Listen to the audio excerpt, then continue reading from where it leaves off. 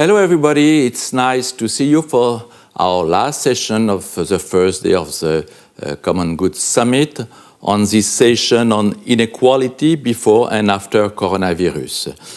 We will have, therefore, a very passionate conversation between two Nobel laureates, and in order to introduce them and to moderate the debate, I have the pleasure to introduce Nicolas Werquin, which is in Chicago.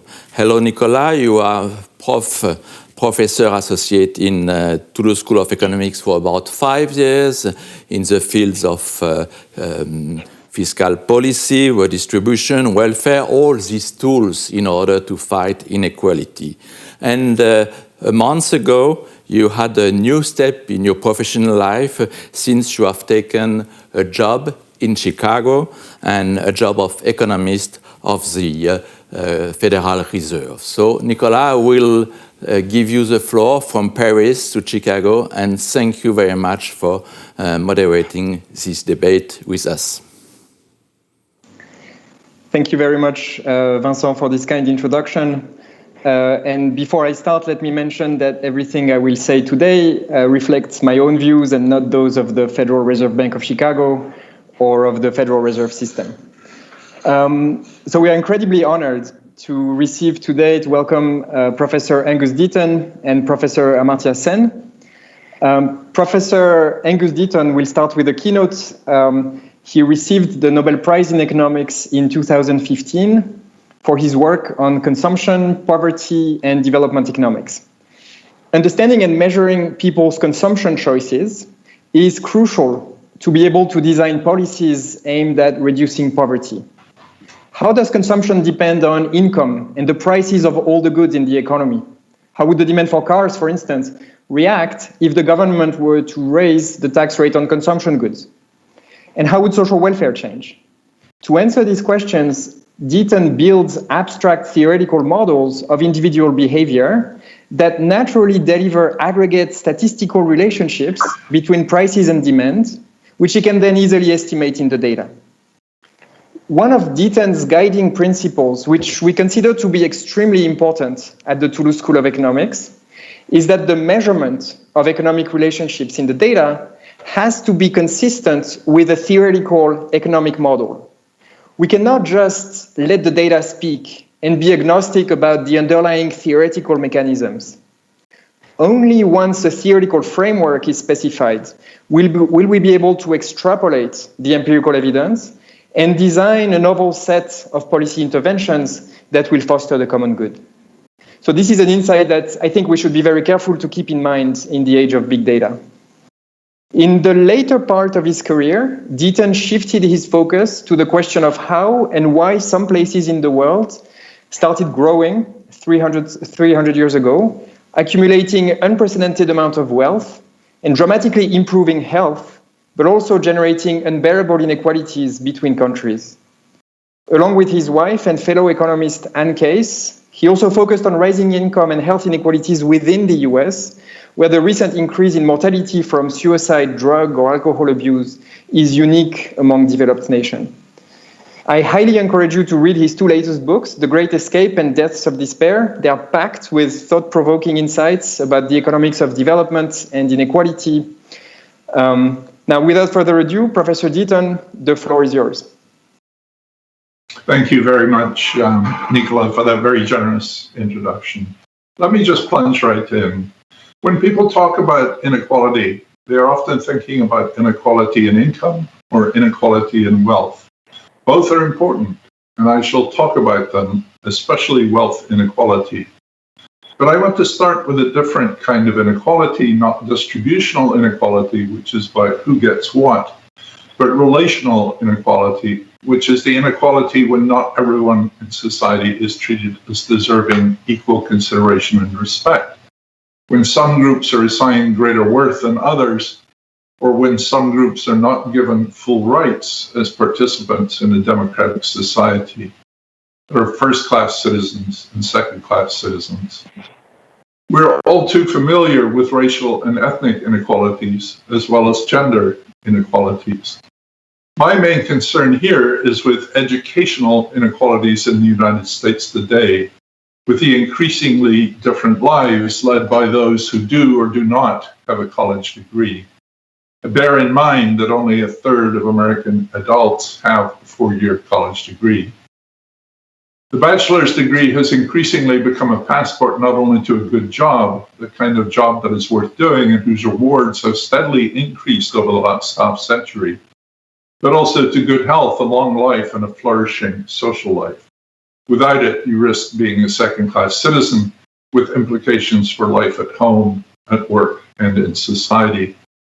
Michael Sandel notes that the idea that a college degree is a condition of dignified work and social esteem has a corrosive effect on democratic life. It devalues the contributions of those without the diploma, fuels prejudice against less educated members of society, effectively excludes most working people from representative government, and provokes political backlash. In our book, Deaths of Despair and the Future of Capitalism, Ann Case and I have told the story of how the lives of less educated Americans have, on average, deteriorated relative to the lives of those with a college degree. This began 50 years ago, around 1970, and continued up to the pandemic. Perhaps the most prominent differences are seen in mortality and in life expectancy.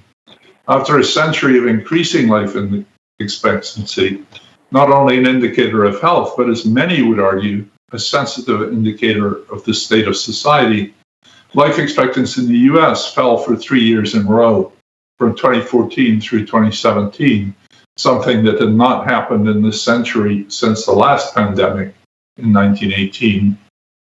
The rising mortality came from a slowdown and cessation of the decline in deaths from cardiovascular disease that has been the main engine of mortality improvement for the last quarter century, as well as from increases in accidental drug overdose, the opioid epidemic, suicides, and alcoholic liver disease. We refer to these three kinds of deaths as deaths of despair. Remarkably, this rising epidemic of deaths of despair has almost entirely spared those with a college degree. For those without, we drew a parallel to Durkheim's analysis of suicide, where people found themselves in an economy and a society that no longer worked for them, that no longer provided the support that they needed to make their lives worth living. Even in normal times, there are suicides, drug overdoses, and deaths from alcoholism among both the more and the less educated. But the increase in deaths of despair, now running 100,000 people a year above the rate in the mid-90s, is confined to those without a college degree. It is as if those without the degree must wear a scarlet badge with the letters N-O-B-A, no B-A. In contrast to what Durkheim believed, suicide itself is now more common among those without a college degree, those marked by the badge. Death is the last stop on the long road of despair. The starting point is a labor market that is increasingly failing those without a BA. The fraction of non-elderly adults who are employed has been declining for less educated men for half a century, and for less educated women since 2000. In boom times, participation in work increases and it falls back in recessions, but the rise in each boom never attains the previous peak. The same is true for wages, falling and rising around a falling trend. For men, even in the boom leading to the pandemic, when the rise in wages for less educated men was being loudly celebrated, wages for men without a BA were lower than at any date in the 1980s. The failing labor market spills over into the rest of life. Unions are now almost non-existent in the private sector. Unions not only raised wages for their members as well as for many non-members, but also they monitored working conditions. Federal authorities are not always effective in preventing even illegal practices, and were often a center for social life. Bob Putnam's famous solitary bowler was bowling in a union hall. Unions provided countervailing power for working people, not only on the job, but in local and national politics. Unions have little power in Washington today, And even the most powerful union lobbyists are outspent by several individual corporations, such as Google. Marriage has declined among the less educated, but not among those with college degrees. Instead of marrying, many Americans participate in serial cohabitations, often having children, so that men in middle age, although often father to several children, do not know their kids who are living with their mothers or with other men. These fragile families are scarcely able to bring the support and contentment in middle age and beyond that can come from lifelong family commitments. Morbidity has risen alongside mortality. In an extraordinary reversal of the law of nature, middle-aged Americans now report more pain than do elderly Americans. Once again, this is true only for those without a BA, and it's not truly a reversal of the process of aging, but happens because those in midlife today have experienced more pain throughout their lives than have today's elderly. Half of the increase in deaths of despair comes from opioid overdoses. For this, pharmaceutical companies bear huge blame for addicting the population in search of enormous profits. Pharma knew to target the less educated because it was they whose lives were in disorder. And pharma and their distributed were supported and defended by politicians, some representing the districts most deeply affected. Money speaks very loudly in American politics. Meanwhile, suicide rates rose to the levels that used to characterize the most dreadful societies on earth, the former Soviet Union and its satellites, as well as women in China. Even those countries, as throughout the world, suicide rates have been falling. The US, especially the less educated US, is a notable and disgraceful exception. Despair is made worse by upward redistribution from poor to rich, the veritable opposite of Robin Hood, what in our book we call Sheriff of Nottingham redistribution. Opioids and the obscene profits of producers are only one example.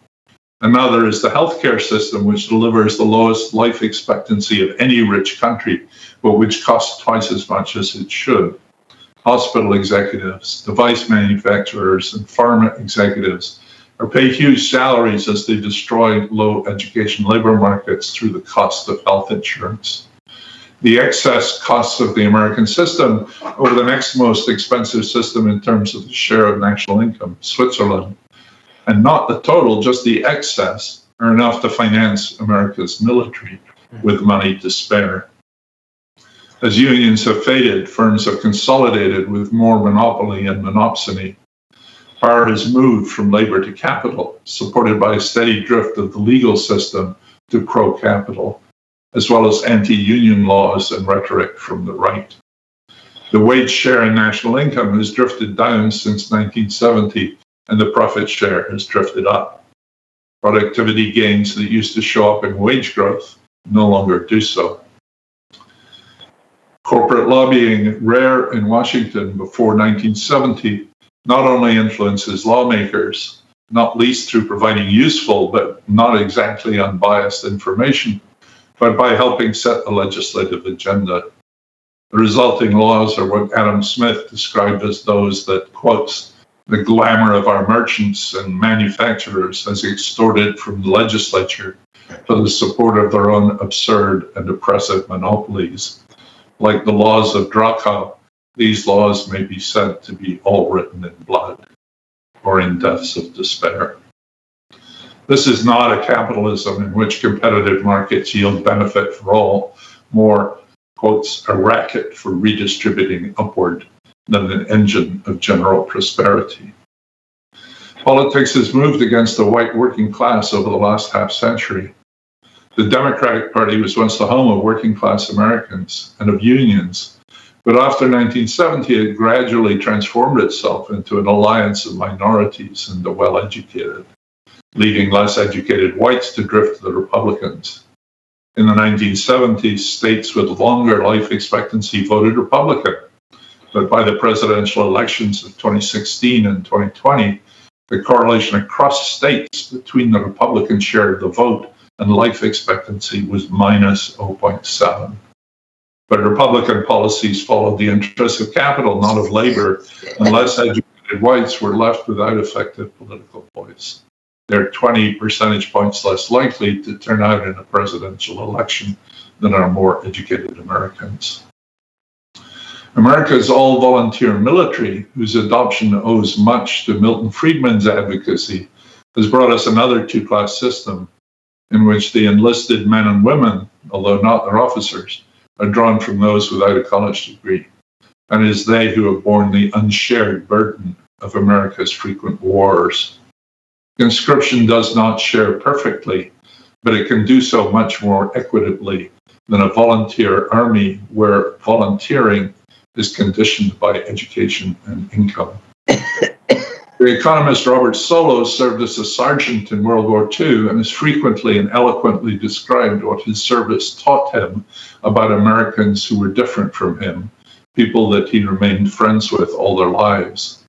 That shared experience, that understanding of people who are different from us, which need not necessarily be in the military, is something we have lost, much to our cost. Income inequality rose inexorably after 1970, though with something of a pause after the financial crisis, at least up to the pandemic. The growth in wealth inequality also halted after the financial crisis. The very richest people in America, Bezos, Gates, Musk, Buffett, Ellison, Zuckerberg, the Waltons, Ballmer, Page, Brin, and Bloomberg, are all men, no women. They're all men who started or developed companies that made new and useful things. Indeed, if growth is driven by innovation in the Schumpeterian process of creative destruction, a case can be made that those fortunes were earned in the public interest and contributed to the common good. These billionaires are, or once were, makers, not the takers who in much of the world became rich through inheritance, political favors, arms dealing, or corruption. That said, there is an increasing skepticism about the makers and whether the fortunes might not owe much to the exercise of destructive market power. Some argue that they like Amazon so much they would be happier still if there were two of them.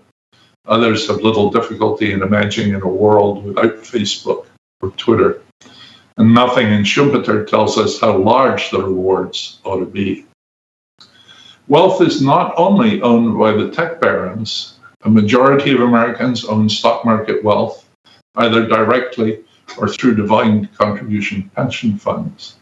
But 3/4 of all American wealth in 2016 was held by the 1/3 of Americans with a 4-year college degree. As late as 1990, total wealth had been equally divided among those with and without the diploma.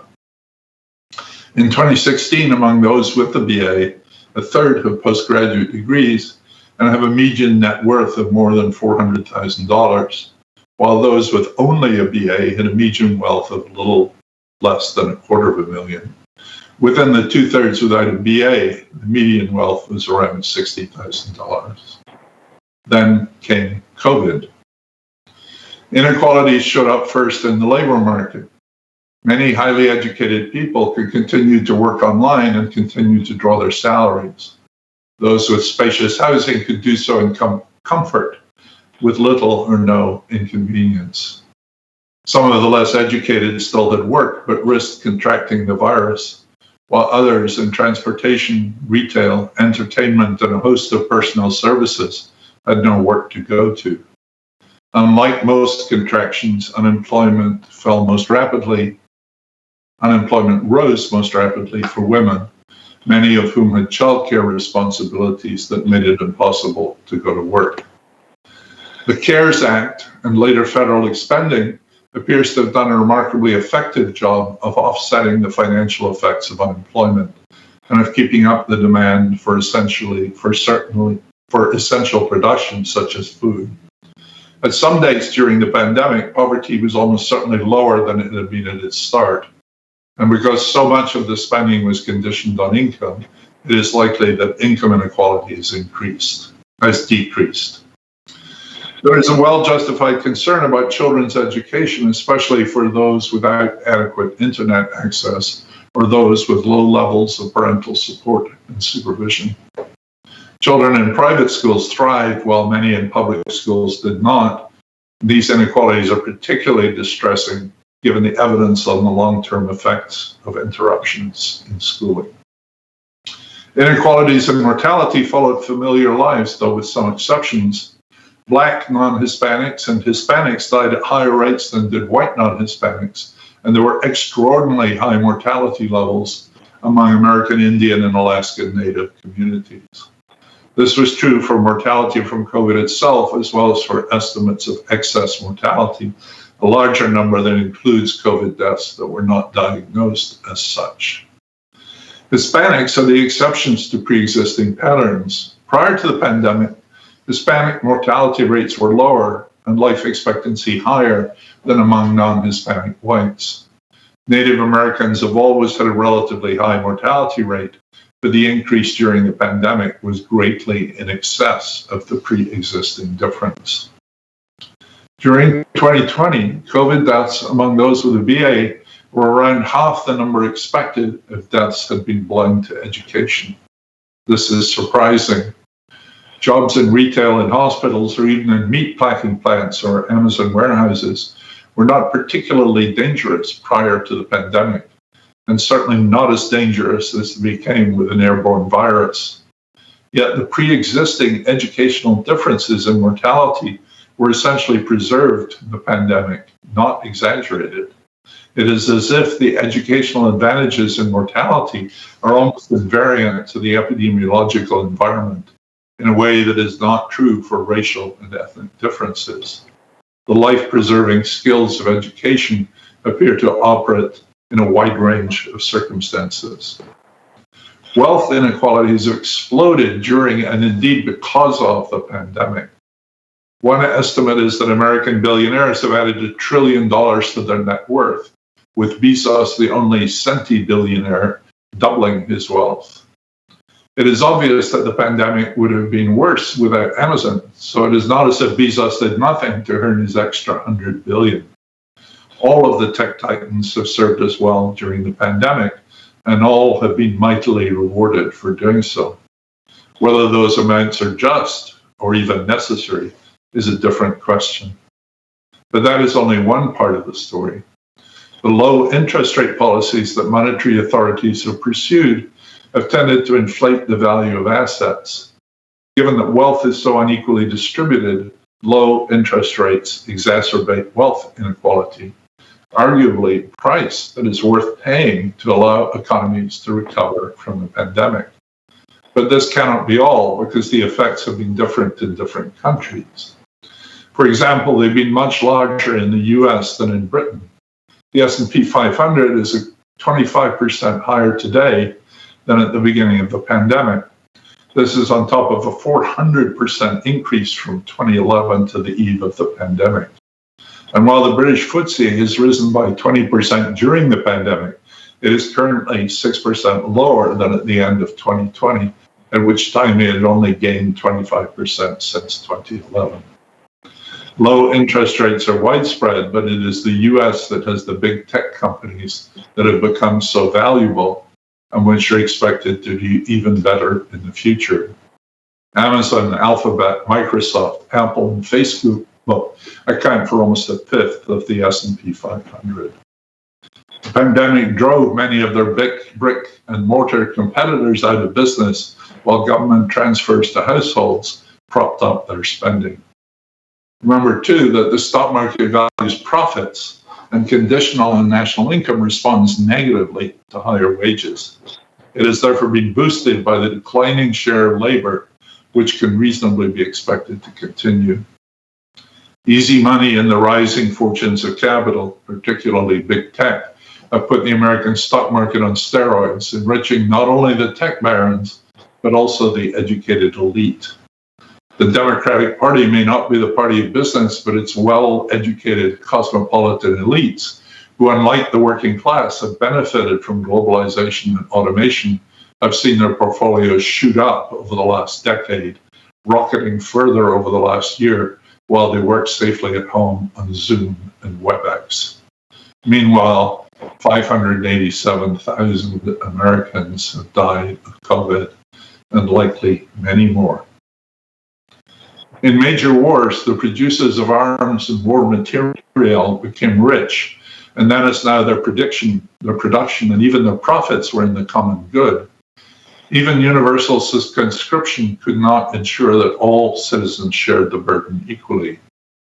In the Second World War, the British Labour Party demanded a, quote, conscription of wealth to match the conscription of labour. According to the political scientists Kenneth Skeeve and David Stasevage, similar compensatory arguments were widespread to justify temporary high taxes in ex-belligerent countries after World War II. What ordinary people paid in blood, the producers paid in treasure. There is a good case for thinking along these lines to finance the costs of the pandemic.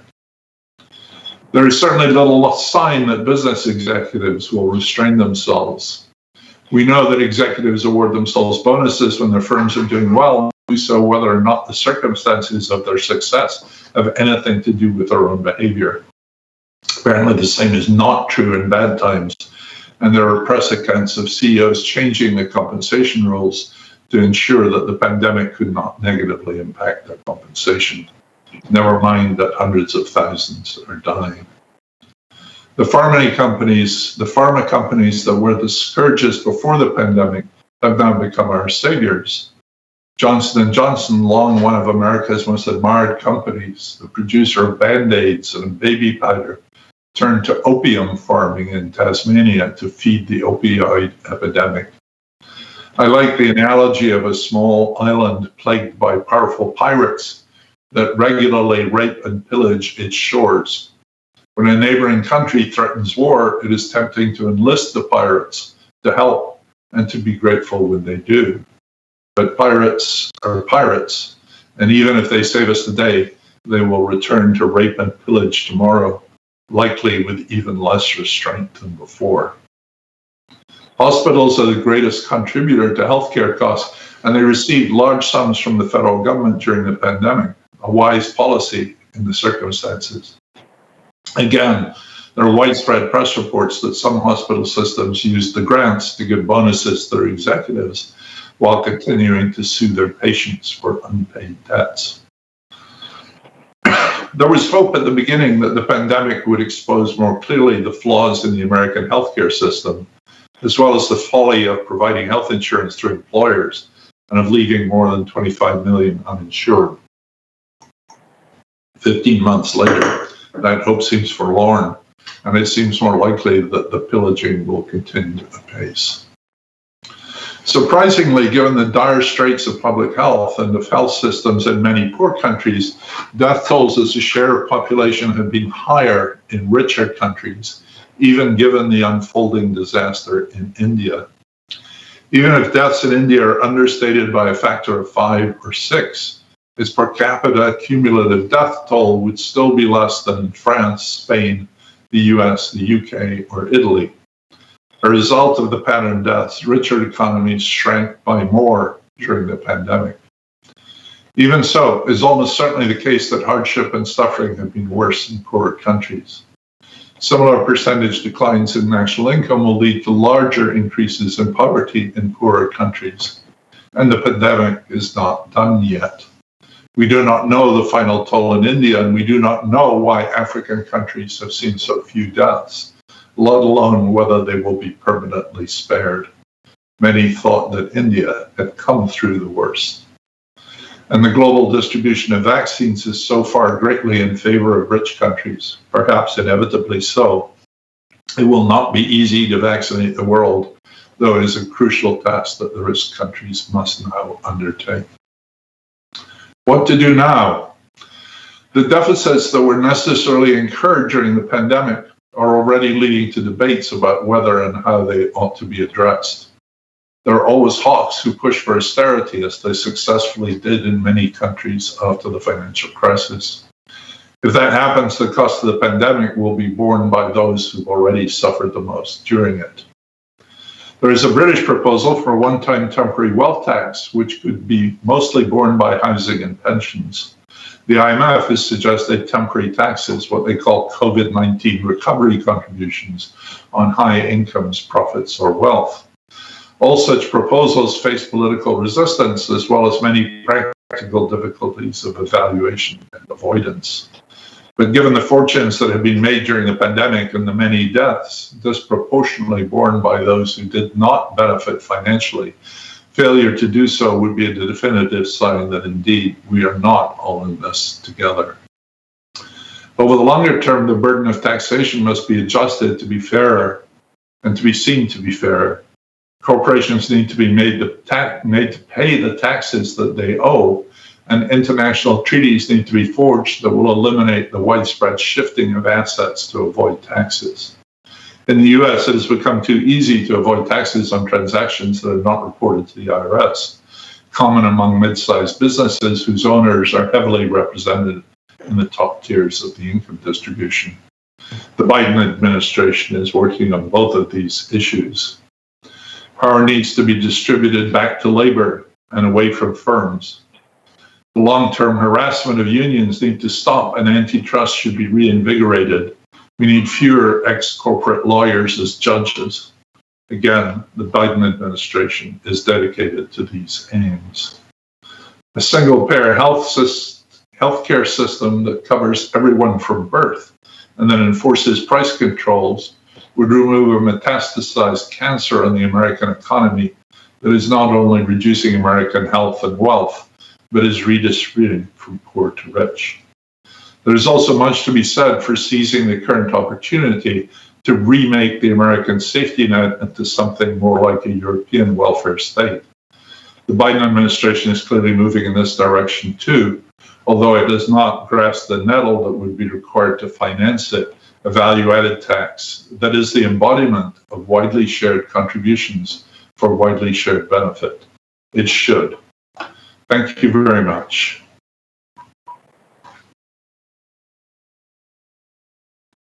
Thank you very much, Professor Deaton, for these insightful comments.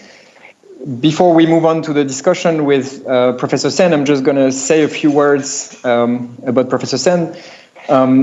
So Professor Amartya Sen received the Nobel Prize in Economics in 1998. His work contributed to the fields of welfare economics, political philosophy, and development. It's hard to summarize his many contributions in a couple of minutes. So I will just briefly describe one of them that is related to the topic of our session. Sen argued that the relevant question we should ask is not why equality, but rather equality of what? Should we aim at equalizing citizens' levels of happiness or their resources or something else? Economists commonly adhere to some form of utilitarianism, which consists of evaluating well-being based purely on individual pleasures and desired fulfillments. But defining the common good as equal degrees of pleasure across people may lead to very unequal income distributions. For example, it would require giving a disproportionate share of resources to those whose only sources of pleasure are fancy champagne and caviar. On the other hand, the theory of social justice developed by John Rawls is based on how much primary goods, income, rights, etc., people have at their disposal. But by focusing on an equal distribution of goods, we ignore how much well-being people can achieve with these goods. And this may also create injustices. For example, a disabled person may not benefit as much as an able-bodied person from the same amount of resources. So Sen's own theory of equality avoids the pitfalls of both utilitarianism and Rawlsianism by introducing the notion of capabilities. It shifts attention from goods to what goods do to people, just like utilitarianism, but it uses a metric that focuses not on the pleasure that people get from these goods, but rather on their ability to achieve certain things with them, which he also calls freedom. Of course, this extremely short and oversimplified description is unable to do justice, no pun intended, to the subtlety of his views and to their far-reaching consequences. I encourage you to read his book, Inequality Re-Examined, which fascinated me so much when I read it in my 20s that it led me to start studying economics. This is probably the least of your accomplishments, Professor Sen, but it is one that matters a great deal to me. So thank you so much for this. Thank you. Before we get to the discussion, let me just remind the audience that you can ask your questions in the chat. I will start with the first question, but then I will read questions from the audience. So let me start. My first question is addressed to you, Professor Sen. Some of your most famous work concerns the relationship between famines and democracy. You argue that major famines never occur in democratic systems. And the argument is that the free press, by disseminating knowledge and allowing uncensored public criticism, is what holds governments accountable and forces them to respond to the needs of their citizens. So I wonder to what extent the same argument applies to the current COVID pandemic. Many democracies, from Europe to the US, do not seem to have been particularly successful, at least at the beginning, in managing the pandemic, both in terms of death tolls and economic losses. So is there a sense in which perhaps the superiority of democratic systems in managing such tragic events as famines or pandemics has weakened? And if so, would it have anything to do with the new media technologies that spread not only knowledge, but also fake news and conspiracy theories at an unprecedented scale? I would be particularly interested in your views on India, which is democracy run currently by a populist government and which is sadly going through a devastating second wave of the virus right now.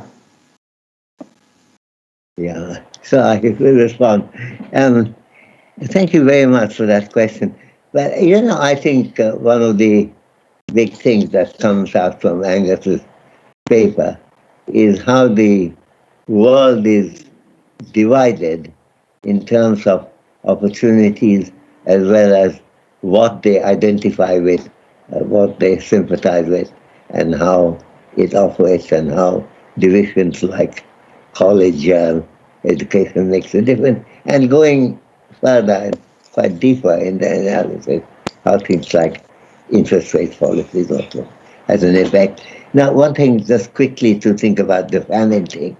I mean, it would be amazing if democracy could stop famine in terms of just majority vote, because no famine ever affects more than 10% of the population. That's about the maximum, and usually about 5-6%. So that's a minority. A majority vote democracy would do nothing to provide a bulwark against famine. What happens, however, is that public discussion, and basically what Adam Smith would call mutual sympathy, operates in a way that the idea of people dying of hunger revolts a bulk of the, more than a majority of the population, and it becomes impossible to tolerate that. And that is the way it tends to work. And when it doesn't work, then democracy will not have that feature. What's going to happen, to make two quick points. One is that if you look at India now, the famine issue was a big one for a long time, connected with the British Empire and wanting to end it. But the division between the rich and the poor, the upper caste and the lower caste, remains very strong. And as it happened in recent years under the present government, which is very biased in the direction of the wealthy and the, well, not supremely wealthy, but who are comfortably off compared with people who don't know where their next meal is coming from. So throughout, even when the Indian government introduced in 4 hours notice a lockdown, there was no thought about what would happen to people who would lose their employment and who may be often very far away from their home. So there was no sympathy which would carry the lessons of the pandemic to bigger society, because the pandemic itself was so badly managed, and it's extremely badly managed in India now. But you see, I think if you contrast it, if you think about it, it's something that Angus came close to, um, but given so many points he had to cover, he didn't discuss so much that if you look at the Second World War, when the food supply in Britain fell, fell dramatically. And so there was an idea about what to do with it. And the general thought was, for the first time in British history, is that everyone must be somehow protected from hunger by rationing and control. So everyone getting food at controlled prices. The result was that what began as a threat ended up being an opportunity for everyone, including the very poor. And so the poor, undernourished in Britain were having a better opportunity of eating well during the war than they had at any other time. And if you look at the life expectancy increase over the decade, in the decade preceding the war decade, there were increase of life expectancy about 1 or 1.5 years over the decade. But in the war decade, it went up by 6.5 to 7%, because for the first time, people were being fed in a way that changed a pre-existing inequality situation. And of course, that lesson was picked up again and again. I was very fortunate to work at the London School of Economics for a while. At LSE, that was one of the cultures, in fact, one of the first lessons I met from LSE. It was a man called Brian Abel Smith, who had come to Calcutta for a debate. I remember talking with him on that. And of course, that lesson was picked up, along with beverage and other commitments that were coming in through the Labour Party and others. Now, what happened is that this led to initiation of a welfare state. And a welfare state where these things are shared makes democracy much more potent. Now, one of the things that emerges from Angus's analysis is the inequalities that had been present before and that got reinforced during the COVID episode. And the result was that the protection that you can get from democracy in America is a democracy, did not go as far as it could have easily gone. And that is a problem. And I think that's when Angus discusses what had happened to blue-collar workers turning Republican as opposed to more comfortable members of the working classes who may be in the Democratic Party. You find a kind of division whereby the main mechanism, and I was glad you raised the famine and democracy preventing it. It works through that degree of sympathy for each other, which is very central to a democratic norm. It's something people don't read Adam Smith that much these days. I was very pleased that Angus had at least one quotation from Smith. Smith discusses that very much. This is where his idea of the impartial spectator come in. The fact that all of us have something of the impartial spectator in us. So I think if you broaden Angus's analysis based on the secure foundation that he has provided, I think we can see, and he was coming to that towards the end, what to do now, is to somehow break down these barriers, and education will be a very big part of that. And then, as you point out, even unsuspectingly, things like interest rate policy has implications on that. So I'm delighted you raised that issue. I think the connection between famine prevention and democracy is not a majority vote connection only. It is how a democracy operates in a society. It depends on things like inequality, college education, non-college education, on which Angus, among other things, concentrate. These become very central to that. So as I read the paper, and for me, it is a kind of, I'm interested in the epistemology of it, obviously, but ultimately the ethics of it. Where do we go from here? What do we do now? I would say the lessons that emerges from Angus's paper is to see how democracy functions, can be made to function better. And that is not only good in itself, but it makes a major difference to survival, to inequality. And as he began by saying, inequality is not just income and wealth, but it's the way you can participate. Yeah, and it's equality of participation, or reduced inequality of participation. That's very central to that issue. So thank you very much, Nicolas, for asking the question. Thank you, Professor Sen. About this, and I'm going to ask this question to Professor Deaton in response to his speech.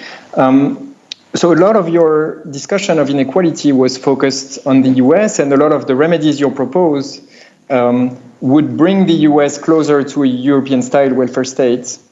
And in fact, in Europe, at least in France, healthcare is universal. We have no opioid epidemic. The share of income captured by the top 1% has not changed over the past 40 years, and so on and so forth. So we have our own list of problems, to be sure, but many of those you mentioned are not issues here. And yet, despite these successes, despite the generosity of the welfare state, and so on and so forth, we seem to have the same resentment against the so-called elites. Think of the Yellow Vest movement in France recently, or the rise of the radical right parties throughout the continent for years or even decades now. So this idea of relational inequality that the educated, the winners of the meritocratic race, don't treat others with the equal respect they deserve. That rings true to me from my conversations in France.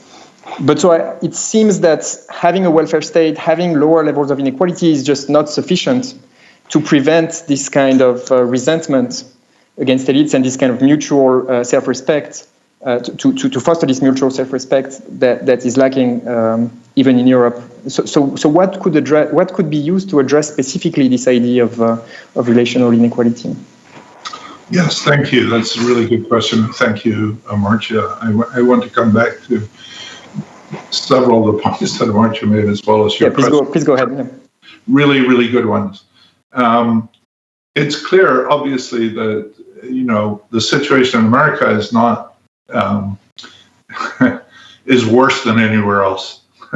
It's not unique, though, so that Britain has a deaths of despair problem too, which has been rising, and my home country and Adam Smith's home country has levels of drug deaths that are comparable to the United States. It's the only other country in the world where we're seeing these sort of horrors. But I think your question to Amartya was a great one and opens a really good line of inquiry here, which is, I really wonder if the democracies as they are today would be as effective at preventing famine as they used to be in the past, and that this sympathy, this community of sympathy that Adam Smith talked about, it's harder to imagine anywhere worse right now than the United States, where that community of sympathy does not exist. And this division that we have with no sympathy whatsoever on either side, these polls suggest that if the other side died, people wouldn't care. So the idea that we would pull together in a pandemic or indeed in a famine is I think, I hope it's not true, but I think it is true that the failure of democracy in America, and it isn't just America, as Nicolas says. So, and a lot of this was predicted by Michael Young, who wrote, who defined the term of meritocracy. And he thought that the meritocrats would just pull away. They would steal the smartest children of the non-meritocrats, and they would form a society by themselves that would despise the other half. And you get this breakdown of sympathy. And that seems to be happening everywhere. And in Britain, the parties, the Labour Party that usually represent workers, has become an educated elite party, a cosmopolitan party. Whereas, where my grandfather, the coal mining village in which my father grew up, voted Conservative in the last election, and in the village of Thurcroft, there never was a single person who'd ever voted Conservative or thought about voting Conservative. So the normal patterns of representation have broken down, and these bonds of sympathy, which I think I probably not only agree with Amartya, I learned it from Amartya, seem to have frayed to a point that they pose enormous dangers to us all. So, it's not just the American healthcare system, which I think is making it much worse. And that's one of the reasons why we have so many more deaths. But these problems of a meritocratic and educated and cosmopolitan elite that is benefiting from globalization and technical change, while the less educated are just abandoned and have no political representation everywhere. That seems to be happening widely across Europe. I think it also happened in Eastern Europe when they sent all their smartest kids off to work in the IMF or the EU or in Brussels and so on. And so you also deprive those working class areas of their natural representatives. Because, when I was a kid in the villages in Scotland where we were, there were an incredible number of really, really smart, intelligent, well-read people who talked to each other and you could learn things from. And now all those people went to university and they're not there anymore. They live in London and they work in hedge funds or something. And so I think that's happened in the US too. You've sucked all the natural talent out of the left behind places. So there's no representation anymore. The unions have gone. So a lot of the story from America applies elsewhere, even if the details really do not. Thank you, Professor Deaton. Let me ask a question from the audience on the chat. So it's addressed to Professor Sen, but I think it's both of you would have things to say about this. How can rich countries be mobilized to donate the $50 billion to help low and middle income countries with vaccine supply, as suggested by the IMF? And also, what is the strong moral, ethical argument behind this call for help? So let's ask Professor Sen first, because this is to whom the question is asked. But I think, Professor Deaton, you have strong views about the efficacy of foreign aid, so maybe you can also respond afterwards. Well, I don't know that that's easy to do and it can be done. And I could, I come from India. I am an Indian, but seeing how the rich in India have been separated out from the poor in India, and indeed the bulk of the population, and how little the rich in India have been doing for the poor, the question could easily be asked by somebody outside, saying, if the rich in India does so little for the local poor, why is it the responsibility of Lithuania or Italy or France to do anything about it? And I think that is a difficult issue. I think ultimately, of course, the answer is, I believe, this Smithian one, that the basic sympathy, no matter where people are suffering, that can potentially move people anywhere. And as such, the possibility remains that other countries may be motivated to help. But there are many barriers And one of the barriers is, which is not much discussed now, domestic inequality makes international inequality survive and thrive. But I'm very anxious to hear what Angus has to say on this. I'm actually not. Well, let me preface something. There's an amazingly interesting contrast today between the US and India. I mean, the US has been very successful at giving free shots to a very large share of the population, in spite of having a totally dysfunctional healthcare system, which was almost totally not used in dispensing vaccines. You didn't get them in hospitals or in the doctor's offices. You got them in government-run facilities, or later in pharmacies. But the US, that believes in a market healthcare system, provided these shots for free. Whereas in India, they're selling them, and in some cases, allowing the pharma companies to set whatever prices they think is appropriate. A little bit about foreign aid, though.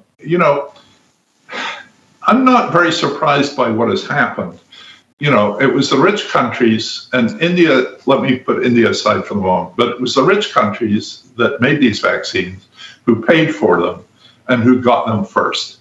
I mean, there are many different conceptions of whether that's just or not, but if you read the beginning of Amartya's book on the idea of justice, that's at least one conception of what many people think is just. We paid for it, we invented it.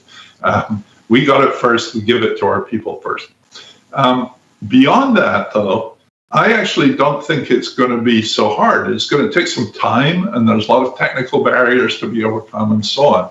But I don't think there's an unwillingness among the elites in America to send 1 billion doses or billions of doses abroad to poor people around the world.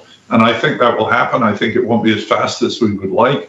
But my prediction is that that will happen, and that there's no huge force against that, even within the divides in American politics.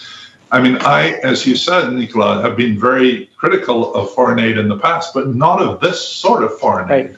The foreign aid I've been critical of is foreign aid that interferes with the domestic political economy, especially in small countries like Africa that are enormously independent. This is not something that applies to India or to China, for example, but it's just that in those countries, spending a lot of money in those countries is very counterproductive. It creates dictatorships, it undermines tax collection, that messes up the polity. But that's not the case with things that come from outside, like healthcare, not healthcare, like vaccines. And traditionally, or historically, vaccines from outside have been enormously effective in increasing life expectancy in poor countries around the world. And so I don't see any ethical or practical, given time, difficulties in doing this, or actually political difficulties. There are practical difficulties. You've got to get these drugs made, and obviously we've lost the country that would have been the prime candidate for making huge amounts of vaccine to distribute around the world. So I'm fairly optimistic about that, but not in the next few weeks. Right. Thank you so much to you both. One more question. So I would like to go back to this argument, to the Skiv and Stasavage argument you made, that this idea that the poor were paying the cost of the war with their blood, and that's the kind of using the rhetoric of the rich have to pay the wealthy who didn't pay as much of a cost. Would have to pay with their wealth, would have to pay the price of the war with their wealth.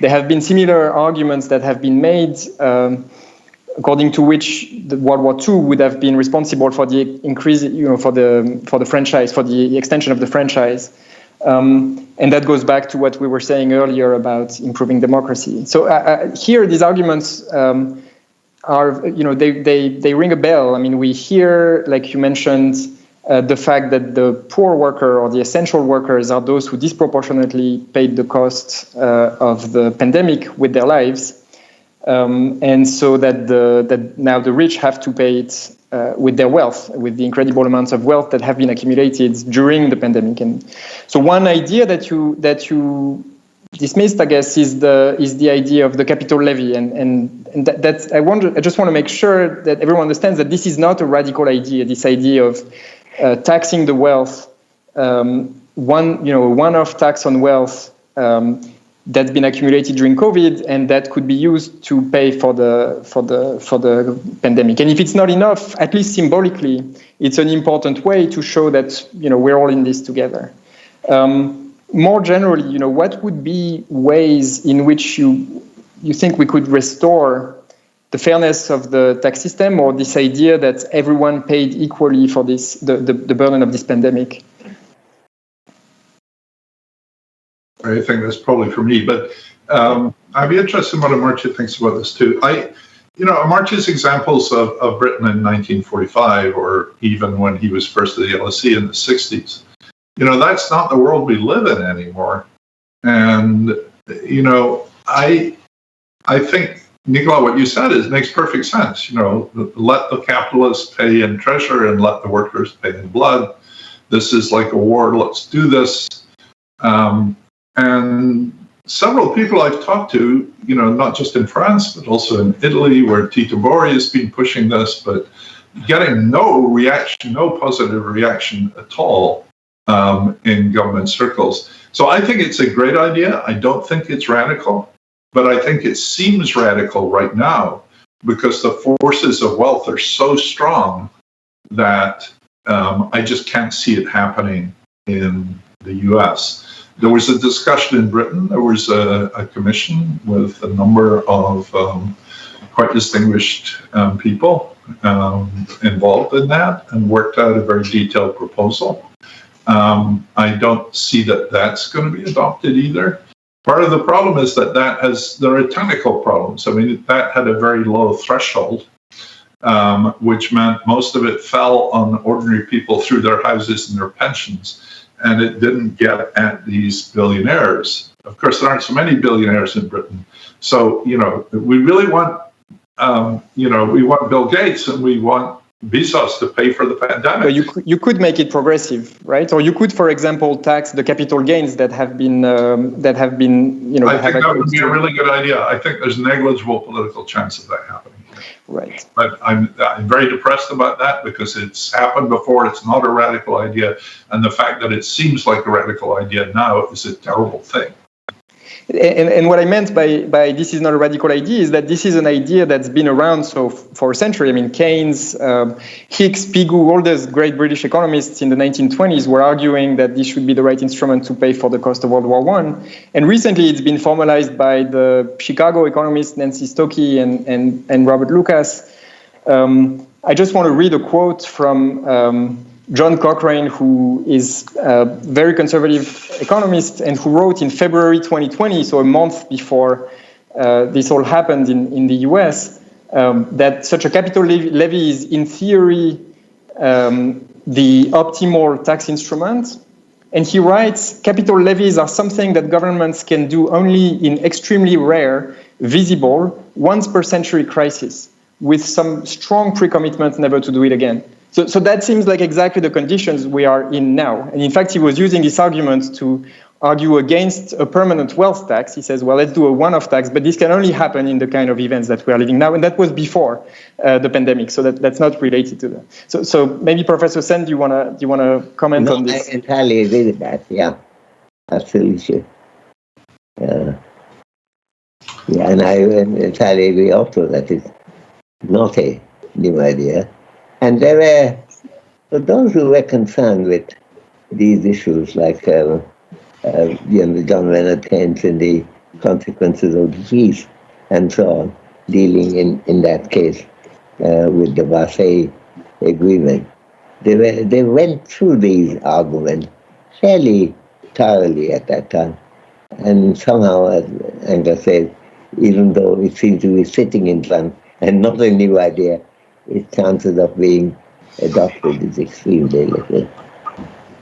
So I will hope it'll happen. But, there's a counter-argument to the Cochrane argument, too, which is extraordinary circumstances in which it can only be done once. That's what income taxes were introduced that way in many countries around the world. In Britain, to pay for the Napoleonic War. Well, we still have the income tax. So the credibility of saying we'll only do this once you set up the apparatus to evaluate things and all the rest of it, and to avoid people shifting assets.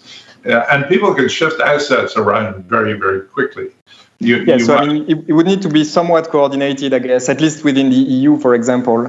But yeah, I agree that the credible commitment to never do it again is perhaps a long shot.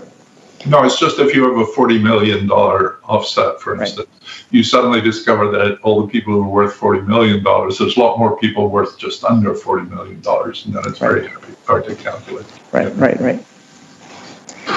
Let's talk briefly about intergenerational inequalities.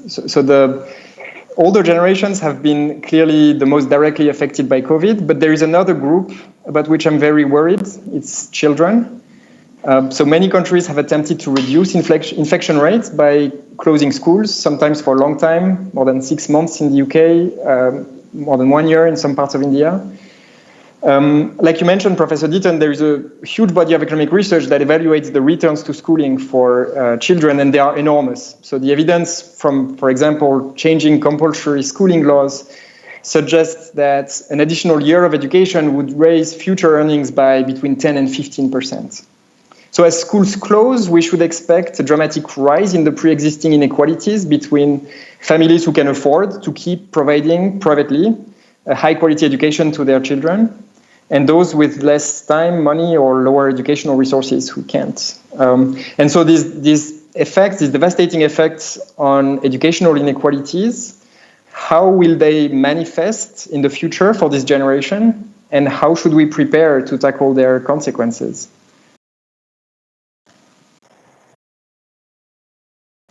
I think we're just sitting here nodding because we agree, but I don't think we have much idea of what to do about it. But it does suggest that priorities that were priorities before, like decent education for kids in inner cities in the US, where, for instance, there are schools that have never sent anyone to college, for instance, that becomes even more of a priority because those are the people who've been hurt.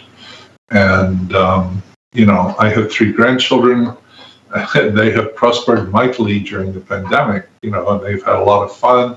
They may have suffered a little bit from not getting to hang out with their friends in the way that they did, but there's not been much of that either. And the private schools have been incredibly good at dealing with that. They were testing kids, every couple of days from the very beginning. They changed their operations a little bit, but hardly at all. And it's been a disaster for lots of other people. And I think, that's something we're not focusing on right now because there are more urgent things to do, like getting people vaccinated. Incidentally, I saw the other day that the vaccine hesitancy is almost entirely explained not by racial differences or by Republican Democrat differences, but by education once again. There are very few people with a 4-year college degree who are unlikely to finish up being vaccinated. So we have another echo of deaths down there. But this will become a huge problem as we go ahead, and I don't have any immediate plans for solving it. Yeah, I agree with that.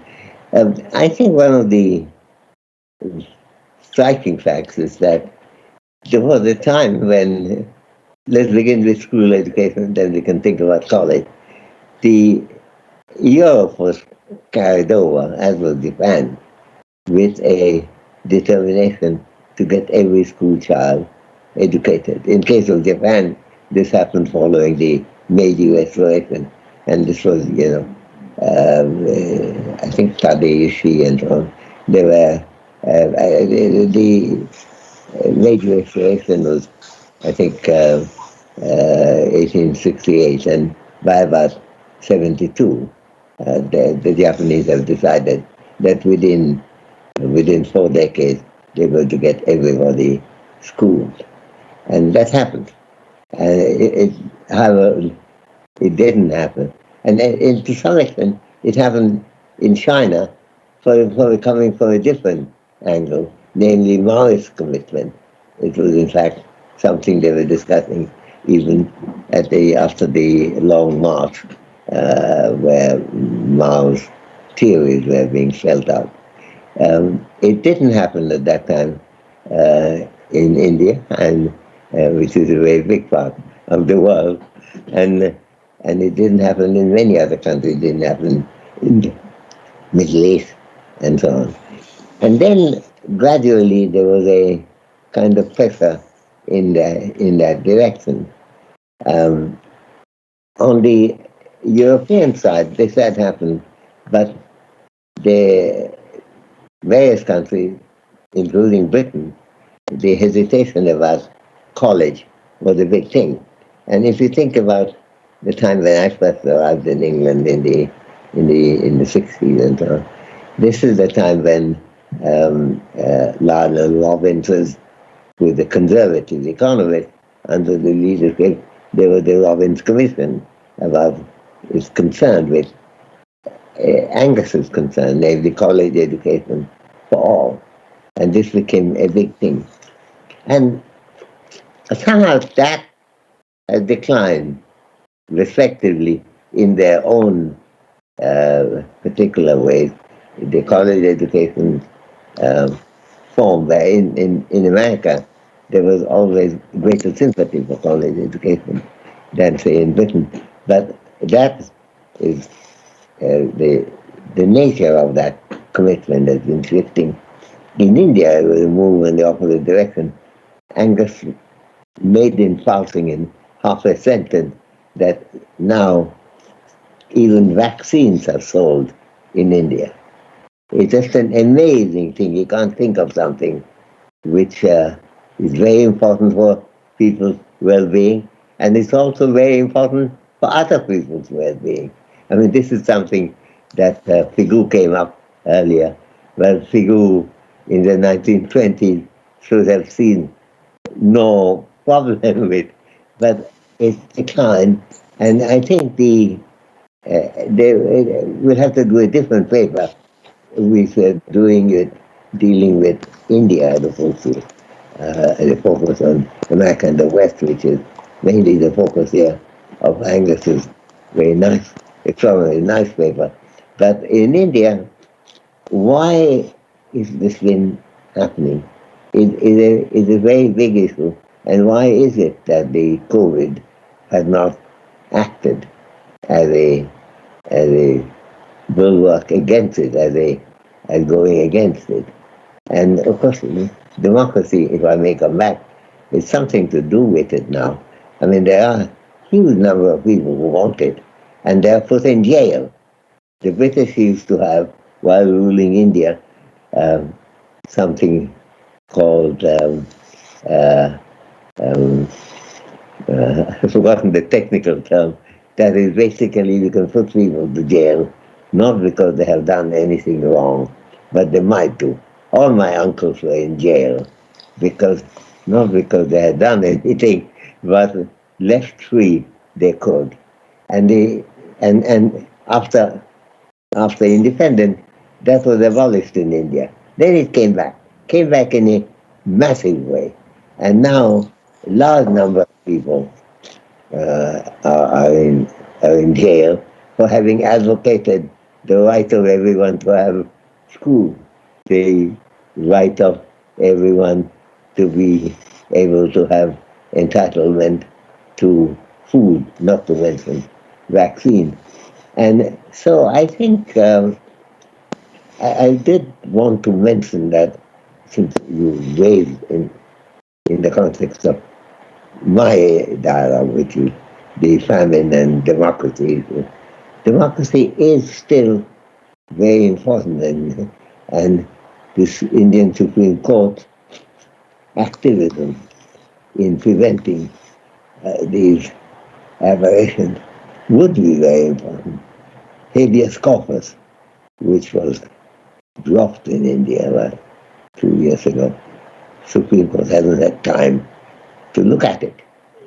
But habeas corpus is very important for the kind of life that we can have as an extension of Angus's paper towards countries like India.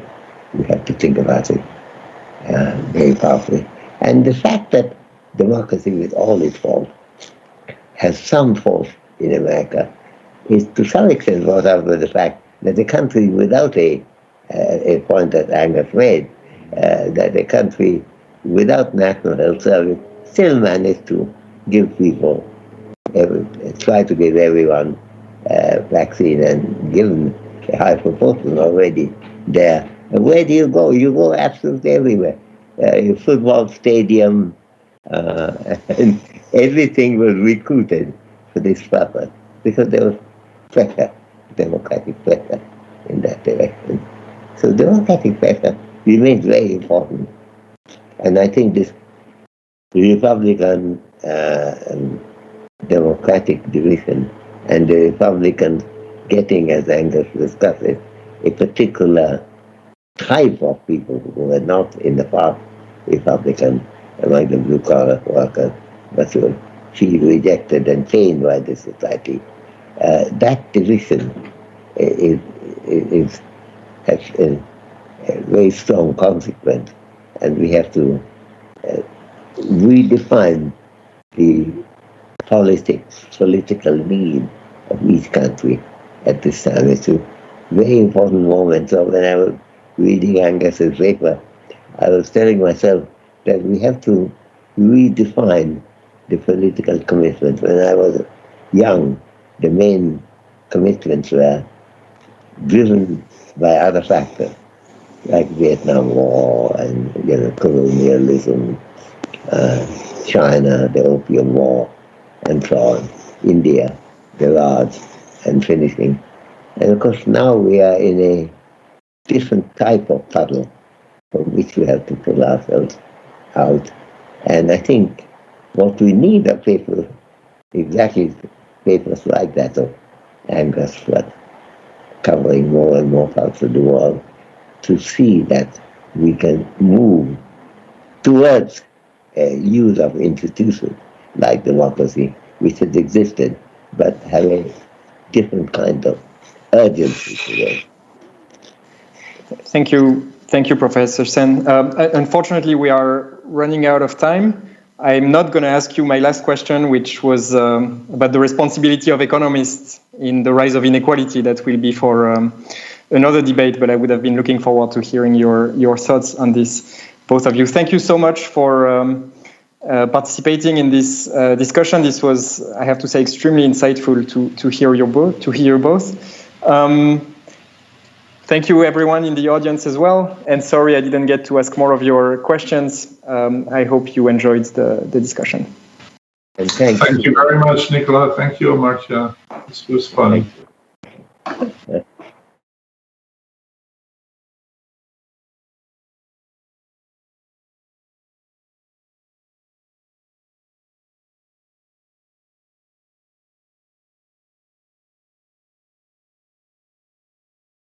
Je remercie les Écoles Parisiens, Challenge et Toulouse School of Economics pour cette invitation. C'est un plaisir d'être parmi vous aujourd'hui depuis Toulouse. Savez-vous que lorsque vous êtes à la Toulouse School of Economics, dans ce bâtiment avant-gardiste que la région a choisi de financer, vous êtes aussi à quelques mètres de la première société par action de l'histoire. La Société des Moulins du Bazacle, créée en 1372. Le site dans lequel s'inscrit TSE est dans la mémoire de Toulouse le symbole du miracle économique dont bénéficia la ville jusqu'à la fin du 19e siècle, pendant près de 10 siècles. Ensuite, il y eut l'aéronautique, ses pionniers, puis aujourd'hui, un lieu dédié à l'innovation et à la diffusion de la recherche. Cet esprit pionnier et de partenariat, nous le retrouvons à TSE. Porté par Jean Tirole, prix Nobel d'économie en 2014, TSE est pour la région une fierté et une brique majeure du modèle d'excellence et d'inclusion que nous défendons en Occitanie pour la future université de Toulouse. Mais c'est bien parce qu'elle rayonne très au-delà d'Occitanie qu'elle est une fierté. TSE, avec plus de 200 chercheurs et doctorants, compte parmi les 10 meilleurs centres de recherche en économie dans le monde. Pour protéger le bien commun, il faut d'abord et surtout de la détermination et la volonté politique de faire du commun.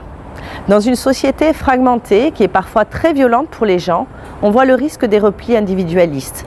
Et avec cela, le risque que la politique se résume à du marketing électoral, choisissant ses cibles catégorielles et oubliant les femmes et les hommes dans leur diversité.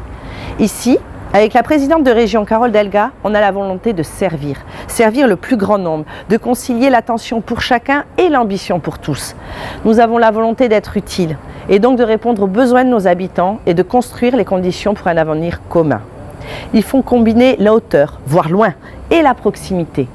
Alors ça ne vous étonnera pas que je considère que l'échelon régional, l'échelon local est le plus efficace pour combiner vision stratégique et proximité. Plus on est proche des gens, plus on est en mesure de répondre à leurs besoins, parce qu'on connaît ces besoins, parce qu'on les entend, on les écoute, qu'on vit avec celles et ceux qu'on doit servir, et qu'on construit aussi les solutions avec eux. Confrontés à l'urgence sanitaire, l'urgence économique et sociale, beaucoup de choses que l'on croyait impossibles dans une économie mondialisée ont été réalisées localement. Des usines qui changent totalement leur production pour fournir les hôpitaux locaux. Des collectivités qui parviennent, mieux que l'État, à organiser des distributions de masques pour nos soignants, nos enseignants, nos élèves, à mettre en place des aides économiques au plus près du terrain, de nos commerçants, de nos artisans. Je suis une élue de terrain et je mesure pleinement la nécessité d'avoir une action publique plus souple et plus agile. C'est la République des territoires que Carole Delga défend. Un modèle des solutions à l'échelle humaine et locale, loin de la complexité administrative. Je crois dans l'intelligence collective et dans l'initiative locale, avec des méthodes et des outils. Les partenariats entre acteurs privés et publics, entre collectivités, entre recherche et industrie, des budgets participatifs, des politiques contractuelles type bourg-centre, des agents et des maisons de la région sur tous les territoires. Protéger le bien commun, c'est refuser le déterminisme social ou l'assignation à résidence en développant les réseaux qui relient les femmes et les hommes, les réseaux de mobilité avec le train, les TER, mais aussi en exigeant la LGV dans nos territoires. Les réseaux de télécommunications avec le très haut débit partout, pour tous. Les réseaux économiques, ces pôles de compétitivité, ces clusters. Enfin, protéger le bien commun, c'est savoir protéger et préserver son territoire, sa nature, en promouvant un nouveau modèle de développement plus durable. Première région à adopter un Green New Deal, nous affirmons la possibilité de concilier économie et écologie, en associant les citoyens à la construction de leur avenir. C'est bâtir avec eux un pacte. Quand on fait le pari de la réindustrialisation en devenant une région actionnaire de nos entreprises régionales, quand on fait le pari du patriotisme économique régional en créant le premier outil de financement des entreprises par les citoyens, on génère une communauté de destin. C'est ce que l'on fait à la région. Et on le fait depuis le début, depuis que Carole Delga a décidé de permettre aux habitants de notre région de choisir son nom en commun, Occitanie.